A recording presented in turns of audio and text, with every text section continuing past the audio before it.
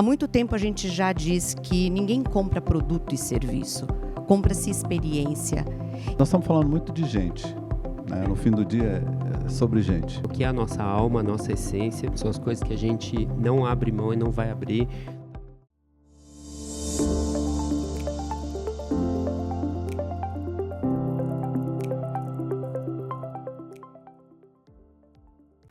Olá, como vocês estão?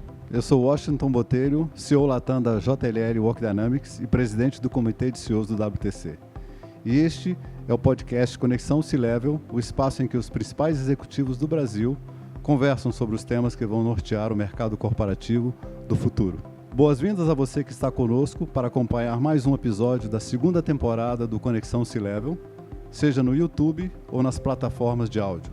Aqui você encontra uma conversa leve e de qualidade com importantes lideranças brasileiras e com especialistas que vão nos ajudar a entender as mudanças pelas quais o mercado corporativo tem passado e como podemos nos preparar para o que vem pela frente. O Conexão C-Level é uma parceria da JLL, do WTC Business Club, com apoio da ESPM. Muito bem, nosso tema de hoje é como clientes e marcas se conectam. Para bater um papo sobre isso, tem ao meu lado Túlio Landim, CEO da Dengo Chocolates. Muito bem-vindo, Túlio. Obrigado, Washington. Obrigado pelo convite. Prazer estar aqui no Conexão C-Level com você e a professora. Bom, temos aqui também a professora Jane de Freitas, Head de Marketing e Inteligência de Mercado da ESPM e docente da disciplina Práticas de Comunicação. Muito bom contar com sua presença, professora.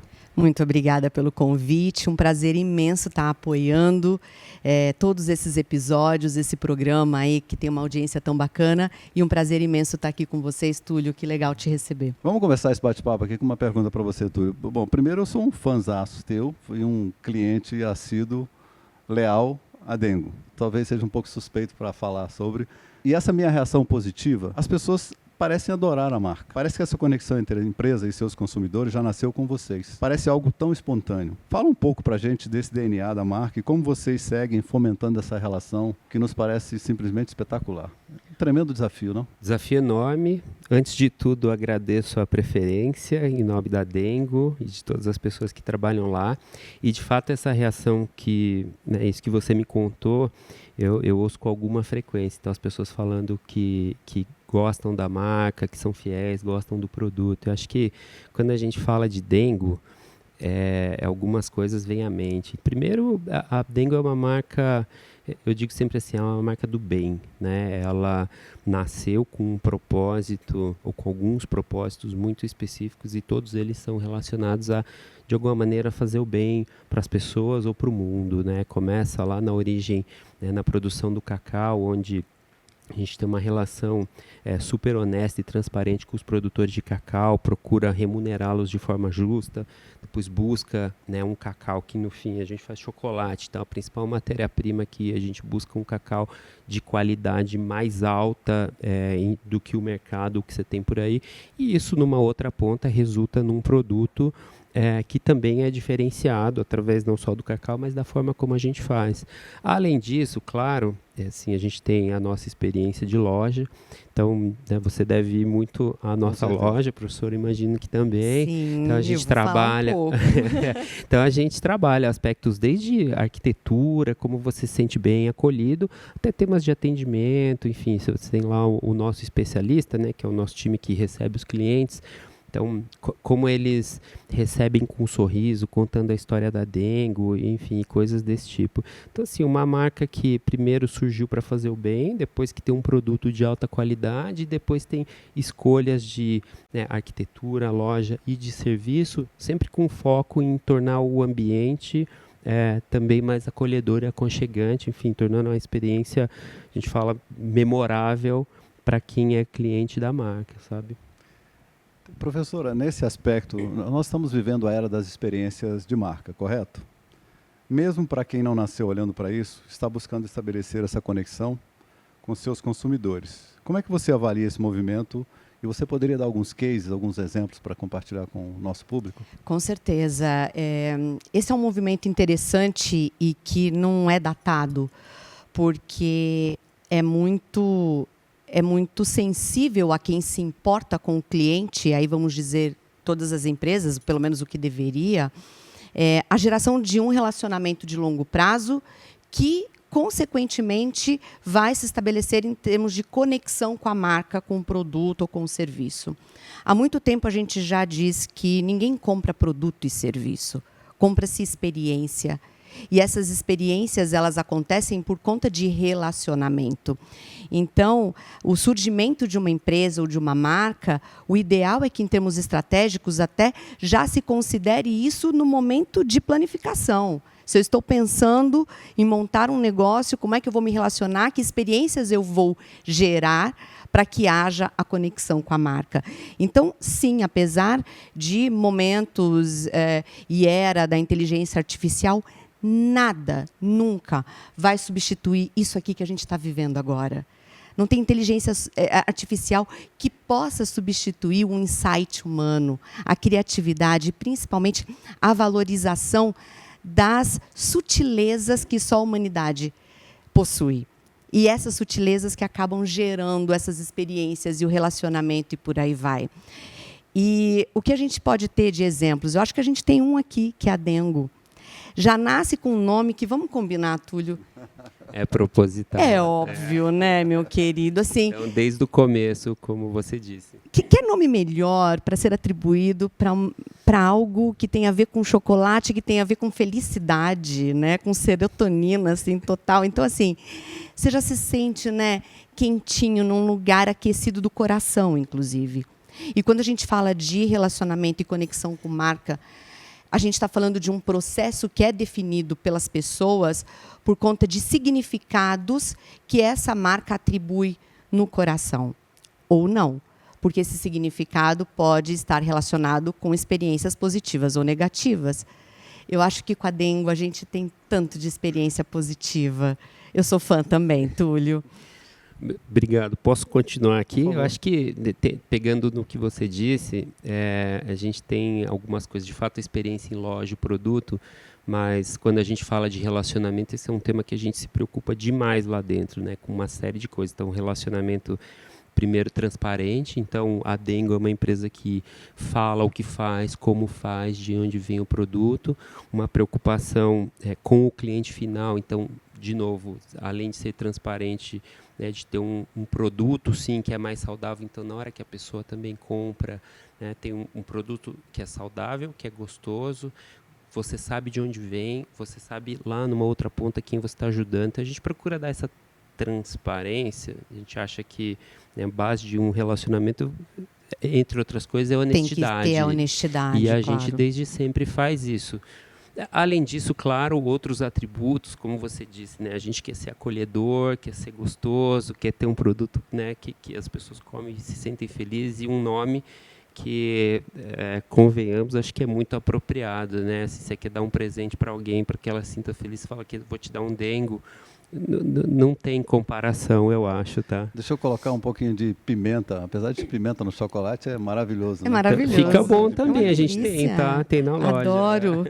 Então, a pergunta é, há desafios constantes de mudança, de renovação, e um grande desafio é manter a essência. Né? Seguramente, talvez isso seja pontos que vocês pensam com uma razoável frequência. Eu queria começar pela professora, como head de marketing. Como é que você vê isso no segmento educacional? E depois eu queria ouvir você também. Como é que você identifica que o mercado passa a demandar coisas e você tem que fazer as suas escolhas baseado na essência que você tem ou numa transformação do negócio? E como é que você lida com essas variáveis que devem estar batendo a sua porta com constância? E a pergunta mais diretamente para a professora é como é que isso impacta o segmento de educação? O segmento educacional, ele vive totalmente da experiência, tá? O aprendizado é algo que é intrínseco ao negócio, é óbvio. O desenvolvimento humano, né, por meio de competências e habilidades, claro. Mas os estudantes estão dentro das instituições educacionais durante muitos anos. Se a gente estiver falando da educação básica, a gente considera 12, 13 anos, dependendo, né, do ciclo.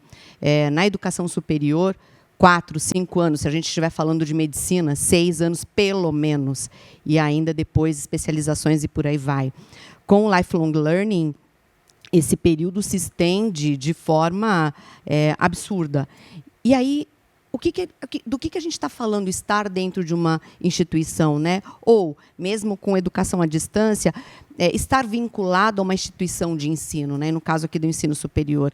A gente tem que gerar experiências de networking, de internacionalização, de atendimento acolhedor a cada estudante que tem um modo próprio de aprendizagem e de vivência junto aos seus pares, aos seus colegas. A convivência e a experiência com o mercado de trabalho.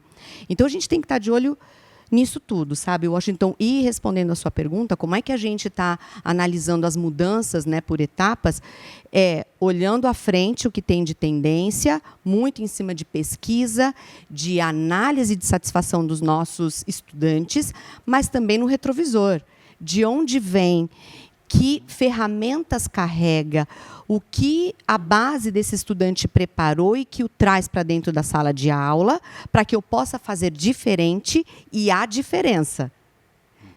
Que são coisas assim que a gente coloca em patamares, né, distintos. Para gerar a melhor experiência durante esses anos, a ponto dele se sentir confortável, que ele confie, que gere credibilidade e, acima de tudo, valor no que ele está investindo, que seja em tempo, que seja monetariamente, enfim.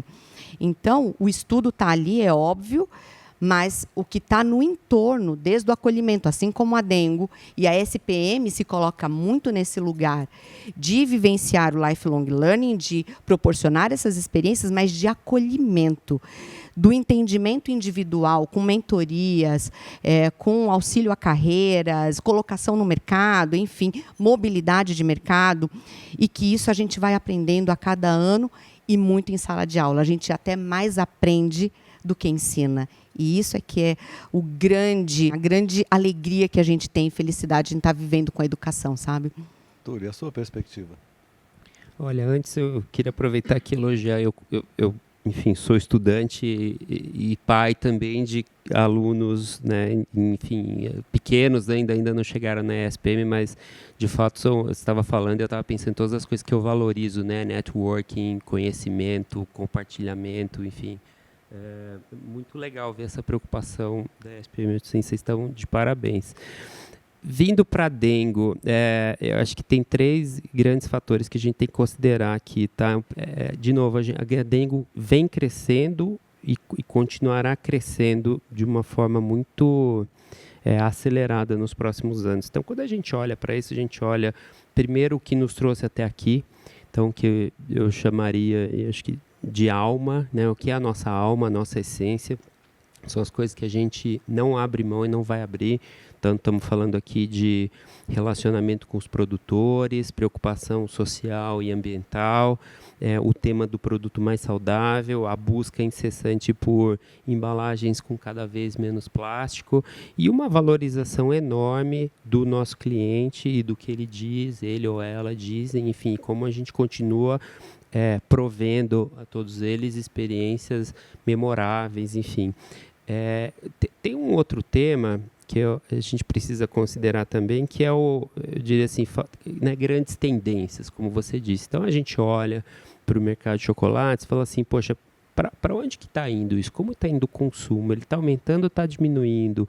O chocolate está indo mais ao leite ou mais intenso? As pessoas estão procurando, né, produtos mais caros ou mais baratos? Então, no teu tema ali, poxa, é super complicado, eu vou te contar, o meu dia a dia é intenso mesmo, sabe? E o tempo todo isso está mudando, né?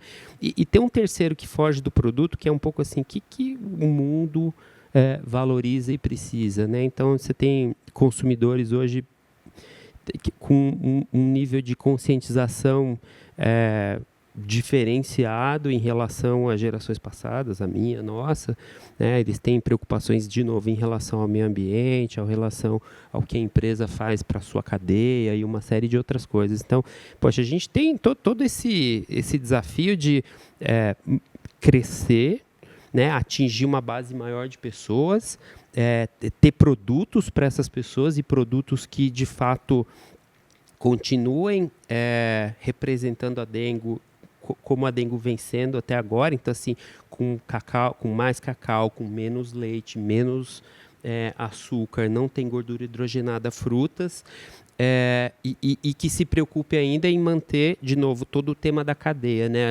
A gente quer trazer mais produtores para dentro, preservar mais área, né? O produtor que trabalha com a dengue, ele tem uma remuneração diferenciada justamente porque ele produz um cacau melhor, mas também porque quando ele produz, ele está num sistema agroflorestal e ele preserva aquele meio ambiente. Lá na Bahia chama-se cabruca, então a gente remunera de uma forma diferenciada. Se olha para frente, então uma dengue que vai ser 3, 4, 5 vezes maior, aí a gente começa a entrar, foge um pouco de marca, mas como é que eu estruturo um negócio todo com processos, controles, para continuar fazendo todas essas coisas de uma forma muito rápida, muito dinâmica, e acho que olhando para o cliente, quando a gente fala assim, olha, como é que a gente ouve o cliente? Né, a gente tem maneiras lá na Dengo, acho que as mais diretas são o cliente oculto, então, de fato, né, visitas às lojas com relatórios sobre atendimento e experiência, e um outro a gente usa o NPS, não só a nota, mas também comentários que aparecem ali, e ali vem de tudo, né? Então, pessoas que falam do preço, pessoas que falam da qualidade, se elas gostaram de um chocolate branco, se elas se sentiram bem numa loja, a gente usa tudo aquilo para ajustar a nossa operação, nossa experiência, nosso produto, mas, de novo, sem abrir mão de quem somos, né? Um exemplo bem direto e rápido aqui. O meu produto, por ser natural, alguns deles eles têm um shelf life ali, que é o tempo de validade, de 4 meses. E a gente fala assim, ó, esse produto é natural e vai continuar sendo natural e ele vai vencer em 4 meses. Só que na hora que eu expando, eu começo a sair de São Paulo para vender, né, na região Nordeste, no sul do Brasil ou até na França, assim, eu tenho desafios logísticos que eu preciso resolver, mas eu não abro mão disso, sabe? Então, de novo, manter o core, manter a alma e resolver todo o resto para aquilo continuar funcionando. Até muito difícil. Porque isso facilita a identificação do consumidor para saber onde ele está apostando esse coração dele, esses sentimentos, né? Se você fica dançando conforme a música, assim, mas o que é essa empresa? Você não consegue nem estabelecer uma identificação, uma imagem a respeito dela a ponto de se conectar. Então, é fundamental essa transparência e a originalidade, né, o propósito muito claro, sem abrir mão da essência, como você tem colocado tanto, porque isso deixa claro para o cliente quem é você. E aí facilita as relações, né? Então... Olha só que interessante aí, porque vocês estão, de alguma maneira, já cobrindo... Eu ia apimentar um pouquinho mais, eu sair da malagueta e colocar uma pimenta mexicana agora. Mais quente um pouquinho. Mas é essa questão de que a marca ela é uma composição de atributos tangíveis e intangíveis, é exatamente o que você estava falando agora. Mas, no fim do dia, o objetivo de uma organização é a geração do lucro. O lucro gera emprego, o lucro gera valor. A gente tem, muitas vezes, uma percepção errada do lucro. Mas o lucro, na concepção que vocês têm de meio ambiente, ele indiscutivelmente é uma variável fundamental do que se espera das organizações. Agora, como é que você lida com essas demandas? Você falou um pouco sobre isso agora, mas só explorar aí um pouquinho mais adiante. Tangibilizar, não tangibilizar.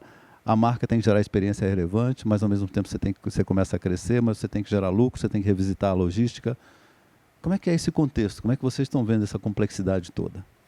É uma loucura, né? Mas, de fato, existe essa percepção de que lucro é errado, né? Eu falo assim que a gente precisa gerar lucro e gerar caixa, porque quanto mais a gente gera riqueza, mais a gente distribui essa riqueza, né? Como a gente acaba pensando lá na Dengue, a gente distribui a riqueza para os produtores, né? Não só de cacau, mas de outras frutas, para os produtores de café, para o nosso time, para as pessoas que trabalham lá na Dengue. Então, extremamente importante. A gente nunca pode esquecer disso, né? É muito fácil, de fato, assim, você se perder nisso e esquecer esse pedaço de que o negócio tem que parar de pé. De fato, concordando com você que é complexo, é difícil.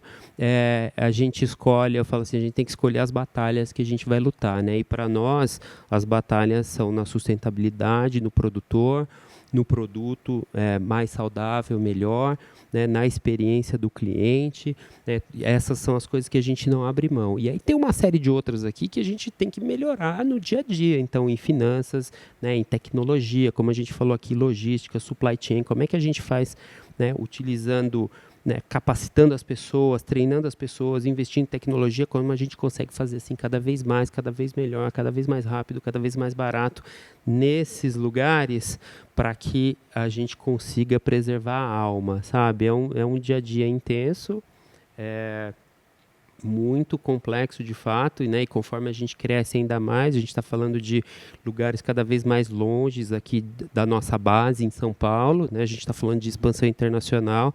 Então, agora, o que eu fico feliz é que, e aí tem que reconhecer, a gente tem pessoas muito apaixonadas na Dengo e muito competentes. Então, todos esses desafios a gente vem conseguindo cada vez fazer melhor, sabe? Então, me deixa muito feliz, muito confiante que a gente vai conseguir chegar lá. Professora, a gente nem sempre tem experiências positivas, né? Há muitas experiências negativas, difíceis com as marcas, né? Como é que a gente pode lidar? Qual é a melhor forma de lidar com as experiências negativas? E já conectando a isso, a intimidade com as organizações reduz o risco dos problemas que efetivamente uma empresa pode ter no relacionamento com seus consumidores? Nós estávamos até conversando um pouco a respeito disso, né, antes do programa começar. Erros acontecem. Quanto mais inovação a gente atribui num processo, numa startup, mais a gente está sujeito a erros. É importante o reconhecimento, é importante a identificação e as maneiras de correção desses erros para, como a gente estava conversando e você trouxe, né, Washington, até para que a gente possa partir para novos erros. Então, existem. A primeira coisa é saber identificar, abrir canais de escuta, e os melhores parceiros para isso são os próprios clientes, que nos apontam, e a gente tem que estar preparado para isso, porque pode doer, mas a empresa que valoriza um relacionamento, ela sabe que qualquer apontamento é muito rico, porque se um cliente dedicou tempo, despendeu tempo para dar algum tipo de feedback, é porque ele ainda acredita nessa marca, ele ainda acredita nessa empresa. Quando ele não traz nenhum tipo de feedback, significa que ele já abriu mão. Ele já foi. Um vínculo foi quebrado, foi cortado. E não tem nada pior que isso para um negócio, né? Agora, eu acho que existem dois lados aí. Pode minimizar se a empresa souber captar todos os feedbacks e tiver muita informação a respeito desse cliente para se antecipar e gerar experiências positivas, ou ela pode acreditar muito que ele já está dentro de casa. Sabe aquele casamento assim, ó, já está conquistado, então eu não preciso dar flores, eu não preciso mandar mensagenzinha de manhã, porque eu já estou casado, já estou há tanto tempo aqui, que eu já assumo que existe a conexão e está tudo certo. E esse é o maior risco, porque eu assumo que essa intimidade com o meu cliente garante essa fidelidade. E, de repente, mais que de repente, numa bela manhã, esse cliente está indo embora. Porque alguém, a outra marca, foi alimentar, foi regar, mandou flores.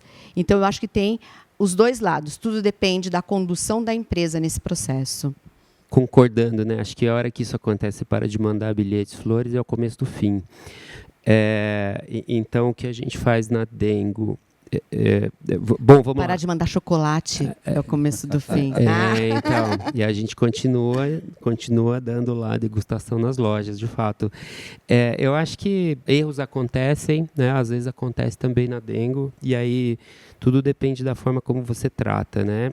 Outras marcas de outros setores, assim, já me senti maltratado, desrespeitado, parece que um problema no produto ou no serviço da empresa é a minha culpa, né? E assim, não me dá uma solução. Então, o que a gente fala na Dengo é assim, olha, todo cliente, de algum jeito, ele tem que sentir que foi respeitado, né? E aí os problemas acontecem, não são muitos, mas vêm e a gente procura tratar com Dengo. Então, oferecer alguma coisa em troca, entender o problema, acolher, explicar se foi um problema, se não foi, e quando foi, arrumar uma maneira de resolver e tudo isso. E acho que, pegando o teu ponto de ouvir o cliente, a gente volta naquele tema que eu falei do NPS, de ouvir os times de venda, assim, que o cliente está falando. A gente lançou um produto, estão gostando, não estão gostando, mudou, abriu uma loja, a loja está sendo bem avaliada, o que as pessoas estão dizendo, tem alguma coisa para mudar?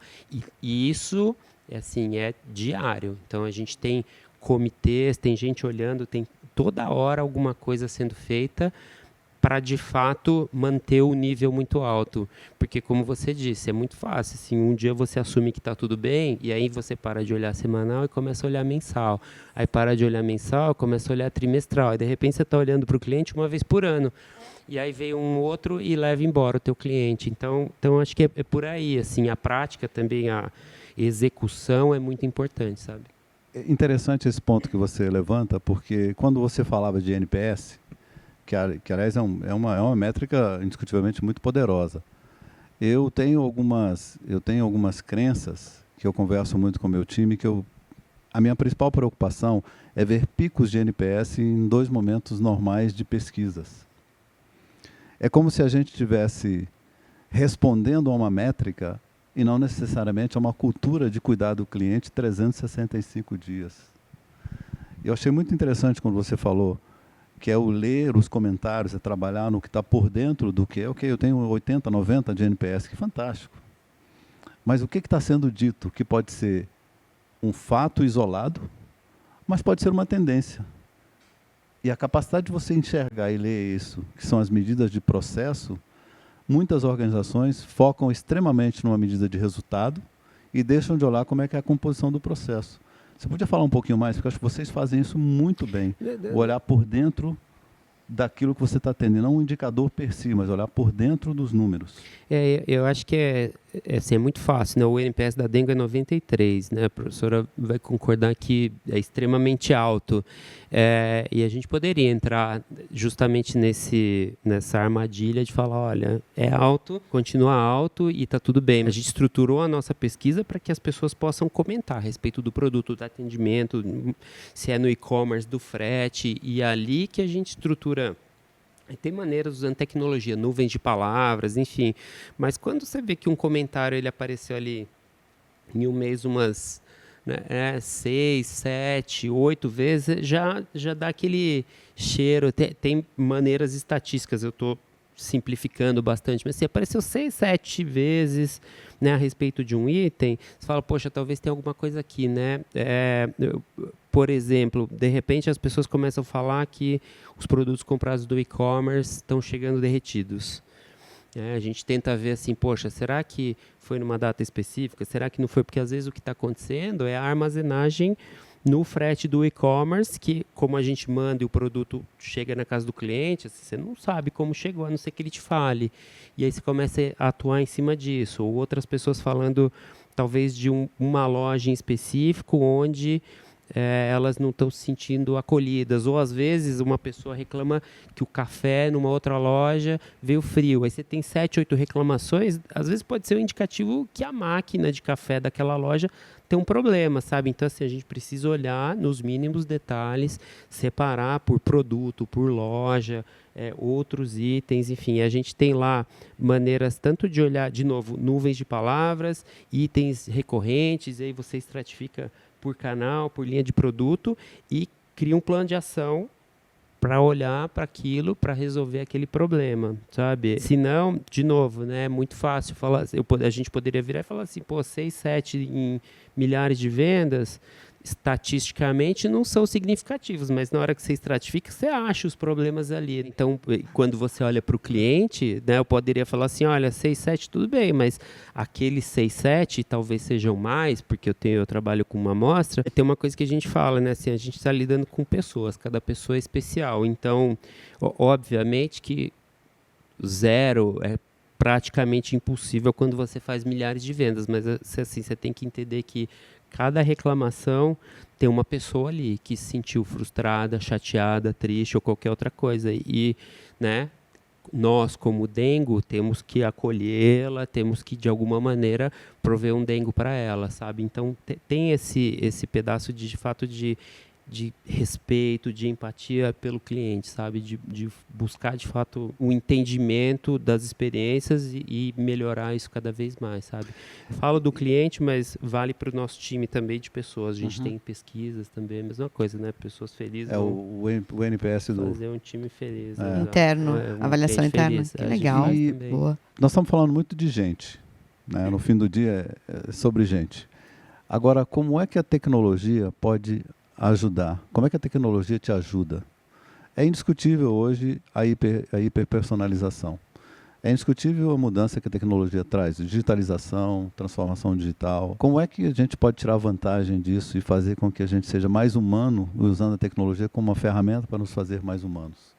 Quando você olha isso no seu negócio, como é que você aplica a tecnologia? Como a professora disse, né, ninguém substitui as pessoas. Acho que as pessoas usam a tecnologia para se tornarem cada vez melhores. Então, do nosso lado, além do NPS, que eu já falei aqui, não vou repetir, a gente usa bastante tecnologia para melhoria de processos internos. Então, vou dar um exemplo aqui, tecnologia para fazer o produto certo chegar na loja certa, né? Lojas diferentes têm perfis diferentes de, enfim, produto consumido, uma série de coisas. Agora, quando a gente olha para o time interno, assim, a Dengo já está em, sei lá, 8, 10 estados do Brasil, continua crescendo. Então, a pergunta que vem é assim, como é que eu cuido do meu time? Né? Como é que eu treino o meu time? Então, como eu treino o meu time que está na loja da França? Então, a gente está usando também tecnologia para prover melhor treinamento, entendimento das necessidades da equipe. Enfim, a gente está testando agora para a França, né, recursos de dublagem usando inteligência artificial. Então, assim, pegando treinamentos que a gente dá aqui no Brasil gravados, e já fazendo em francês, então, e passando para o time lá para que eles possam entender. Então, tem esse pedaço assim, onde você, de novo, tecnologia para processos, para melhoria da vida dos colaboradores, da equipe, para melhor experiência do cliente, para mensuração do que o cliente, do que as equipes fazem. E eu diria que um último, que é o tema que você mencionou, assim, em marketing principalmente, hiperpersonalização, cada vez mais a gente consegue entender o que os clientes gostam, né? Óbvio que tem, assim, tendo a LGPD eu não posso consultar o seu CPF, mas se eu pudesse eventualmente rodar, né, ou talvez usando lá ferramentas adequadas, o meu time possa começar a te mandar e-mails com ofertas de produtos ou experiências que você goste mais, com base no seu histórico de compra ou coisas que você pesquisou conosco. Isso a gente faz também. Então, tem todas essas frentes aqui, mas no fim do dia, assim, são as pessoas que vão olhar os e-mails, são, né, as equipes que vão dar feedback, é o time que vai ser treinado, enfim, de novo, tecnologia potencializando as pessoas que estão fazendo a Dengo que ela é, sabe? Eu acho que a tecnologia ela tem que nos servir. Ela é um meio, não um fim. A gente sabendo usar, ainda mais com o poder dos dados e tal, a tecnologia tem que nos ajudar a dar mais tempo para as conexões humanas. É isso. É fundamental, a gente não rema contra, a gente tem que aceitar e fazer o melhor uso disso para que a gente tenha tempo suficiente para estabelecer relações. E isso gera experiência, óbvio. Seguindo essa linha, no negócio B2B, como é que você vê esse aspecto da humanização? Eu adoro essa pergunta, porque é uma coisa que eu vivo falando para os meus alunos, inclusive para a equipe. O que é um B2B? A gente não se relaciona com parede, com a marca. Tem sempre alguém atendendo o telefone e falando comigo. E é alguém que tem sentimento, que tem coração, que tem sonhos, anseios, medos. Então, no fundo, eu estou me relacionando com uma pessoa que está vinculada a um CNPJ, a um B2B. Então, essa coisa de, mas isso daqui não funciona porque é B2C e o meu relacionamento é com B2B. Desculpa, você não se relaciona com mesa, cadeira e um logotipo. Tem alguém ali falando do outro lado.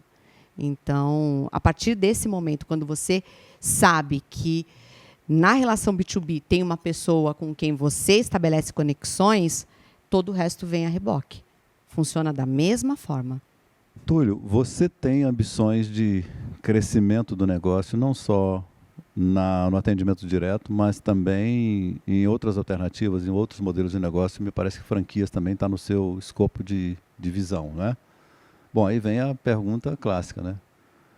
Como é que você vai manter esse dengo num modelo de franqueados, num modelo que você tem que expandir muito, que será que você vai perder o controle? Ótima pergunta, e um dos grandes temas quando a gente vai para franquias, né? De fato, franquias é uma das frentes de crescimento que a gente está explorando. É um risco, em tese, enorme ali de não perder o dengo. O que a gente tem feito, vamos lá, né? Acho que em relação a esse processo, nós estamos definindo muito bem qual é o perfil do franqueado, pegando o seu ponto do B2B. Então, né, o meu B2B ali, o franqueado, ele é uma pessoa. Ele tem um perfil, ele gosta de uma série de coisas, tem coisas que ele não gosta. Então, o que a gente está, antes de tudo, e é uma das grandes preocupações que a gente tem, de fato, é o perfil desse franqueado. Né? Ele ou ela, né? Enfim, essa pessoa, ela acredita no propósito da Dengo, nos valores da Dengo, ela acredita, pegando o ponto que eu falei atrás, que está tudo bem se um produto, ela entende que um produto que vence em 4 meses é um produto mais saudável, melhor do que eventualmente um outro da concorrência, ela acredita que vale a pena pagar mais para o produtor, ela acredita que uma experiência memorável, uma arquitetura linda, um sorriso quando o cliente chega são importantes. Então, e aí, assim, uma série de entrevista com 10 pessoas. Então, começa tudo no perfil do franqueado. E depois, obviamente, que a gente tem o nosso jeito de fazer as coisas, e aí são, né, processos, métodos e muito treinamento. A gente tem treinamento de atendimento, treinamento sobre produto, né, modelos também assim, de remuneração do franqueado que incentivam os nossos valores. Não é fácil, tá? A gente gastou muitos meses desenhando esse modelo e a gente está fazendo com muito cuidado. Então, franquia é uma frente importante, mas a gente está fazendo um piloto com poucas franquias hoje para ter certeza de que a gente consegue implementar do jeito que precisa. E os resultados que a gente tem tido, já tem alguns meses desse piloto, sim, tem sido resultados muito bons. Então, franqueadas que têm o perfil, que acreditam na Dengo, né, em ser Dengo e querem ser Dengo e se sentem parte da Dengo, né? No fim, a Dengo não é só o franqueador, é todo mundo, e que praticam no dia a dia tudo isso que a gente prega, sabe? E aí a minha maneira de medir uma delas é duas, né? Satisfação das pessoas que estão lá, que é alta, e o NPS, que tem uma das lojas que é 100, que é isso eu nunca vi, sabe? Então, assim, é um perfeito. Então, poxa, resultados muito animadores, sabe? Nessa frente, mas, de fato, assim, com a escala, é uma preocupação ainda maior de ter todas essas coisas funcionando e sendo executadas com muito carinho, muito cuidado, do jeito que precisam. Eu me recordo que, há um tempo atrás, eu tenho uma meta de aumentar a população, a base de pessoas pretas na minha organização. Nós temos um trabalho muito forte com mulheres e eu fico feliz de ver que hoje nós temos mais mulheres do que homens na organização, um projeto aí de 6 anos. Mas, de alguma forma, eu não sinto que a minha empresa representa o país em termos de minorias e tudo mais. Eu me recordo que eu tive a oportunidade de conversar com a Luísa quando ela lançou aquele programa de trainees negros, que foi uma revolução e que surgiu uma série de perguntas, dúvidas e tudo. E você tem uma conexão enorme com esses valores, né? Com a ESG, com o pequeno produtor, com o cuidado com o meio ambiente. No teu contexto também faz parte minorias? Também você olha para esse aspecto como relevante também no teu crescimento do negócio? Sim, a gente tem uma série de fatores. Eu não gosto de falar de ESG, no fim, assim, são pessoas, né? Então, a gente valoriza muito a diversidade internamente, né? A gente mede todas essas coisas, tem um número grande de pessoas pretas. Uma coisa que a gente ouve muito, tá? Lá, as pessoas falam assim, olha, uma das coisas que eu mais gosto na Dengo é que eu posso ser quem eu sou de verdade, eu posso dar a minha opinião sobre temas políticos, crenças, valores, religião, qualquer outra coisa que eu queira, de forma honesta, e eu não vou ser julgada por isso. E, de fato, é um negócio que a gente pratica ali no dia a dia. Então, assim, valorizar diversidade de crenças, de raças, enfim, de gêneros, né? A gente tem pessoas fazendo transição, enfim, e tá tudo certo, sabe? E a gente lá dentro tenta fazer o nosso lado de compensar. Então, assim, né, a liderança com nível alto de mulheres, a gente incentiva os times de loja também a ter bastante diversidade, o time interno promovendo tudo isso, e a gente mensura essas coisas. É suficiente? Eu falo assim, pô, nunca é suficiente, né? O dia que a gente achar que é suficiente, a gente para de fazer o que é certo, né? Então, você tem que sempre achar que dá para melhorar. Tem uma preocupação grande em relação a isso, em relação a propiciar, de fato, oportunidades às pessoas nas lojas, no escritório, na fábrica, enfim, onde quer que seja.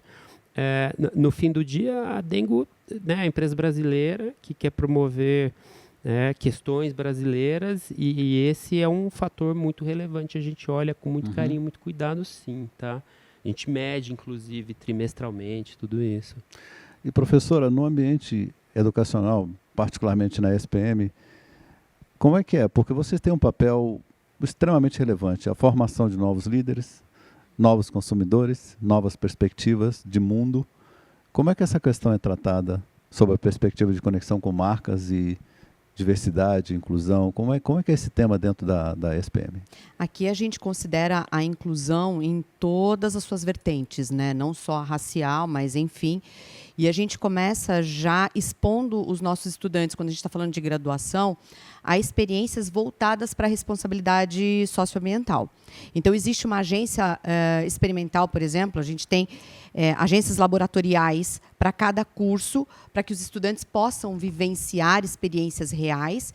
E nós temos uma que chama SPM Social, por exemplo, que já tem mais de 20 anos e faz processo seletivo para que os estudantes possam trabalhar ali, dando consultoria para ONGs, e nos mais diversos setores e áreas de atuação enquanto ONGs, com outras frentes também de responsabilidade social, como a gente tem aqui o Jovem Inusitado. A gente faz um trabalho com escolas públicas de reforço escolar para que tenham condição de prestar vestibular, inclusive na SPM, e a partir daí que façam parte de um programa de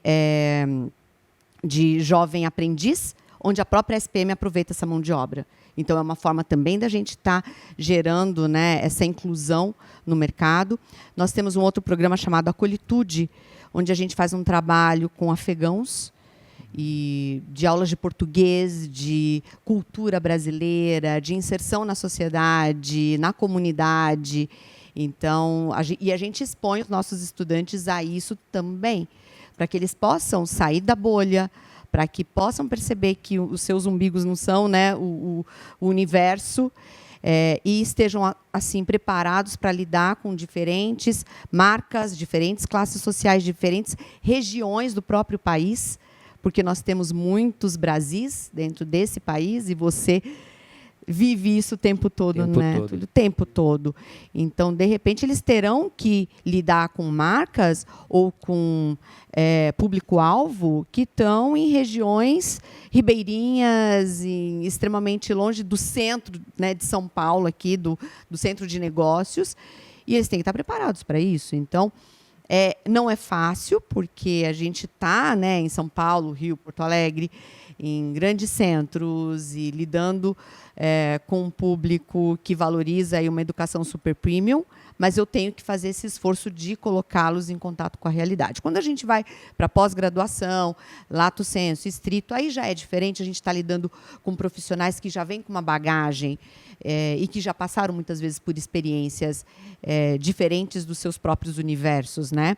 Mas o tempo todo eles estão vinculados a essas ações e esses projetos que a própria SPM se preocupa em colocar em ação, em executar e aproveitar os talentos.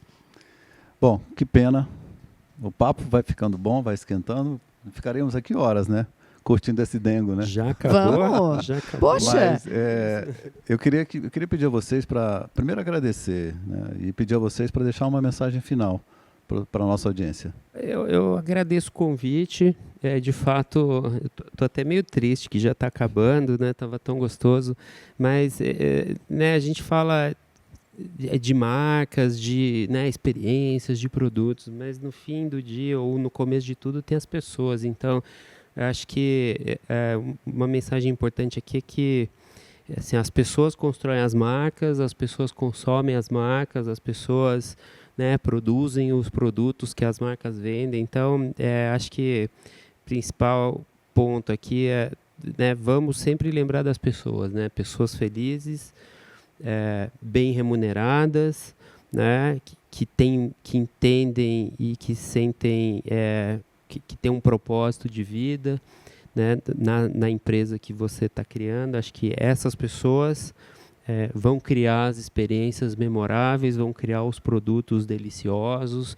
Enfim, é uma coisa que a gente procura olhar muito na Dengo. Então, uma mensagem aqui, né, de novo, né, pessoas felizes constroem empresas e marcas maravilhosas. Eu gosto muito de uma frase que fala: a cada contato que a gente tem com alguém, a gente deixa um pouquinho da gente e traz um pouquinho do outro. Eu saio daqui hoje com um pouquinho de cada um de vocês e eu gostaria de ficar mais tempo aqui conversando, porque é muito legal essa troca. E nesse deixar um pouco e trazer um pouco, a minha mensagem é mais em termos de reflexão. O que você está deixando para o outro? Que papel você está exercendo hoje na sociedade, no seu ambiente de trabalho, ou enquanto empresa, né, no seu mercado de atuação? Que marcas você está deixando em termos de propósito, desse pedacinho que você está ali plantando e como você quer ser lembrado? Isso diz tudo. E aí cabe a cada um esse tipo de reflexão e propósito de existência. Muito obrigado, muito profundo, né? Fechamos com chave de ouro. Eu queria agradecer pela presença de vocês aqui comigo nesse episódio da Conexão C-Level, que é uma parceria do WTC Business Club com a JLL e apoio da ESPM. Obrigado, Túlio Landim, CEO da Dengo, e Jane de Freitas, Head de Marketing e Inteligência de Mercado da ESPN. E obrigado a você que está nos assistindo. Se você quiser acompanhar os episódios da temporada anterior e mais conteúdos relevantes, basta acessar as plataformas de streaming, as redes sociais e o site da JLL. Um abraço e até o próximo Conexão C-Level. Obrigada. Obrigado.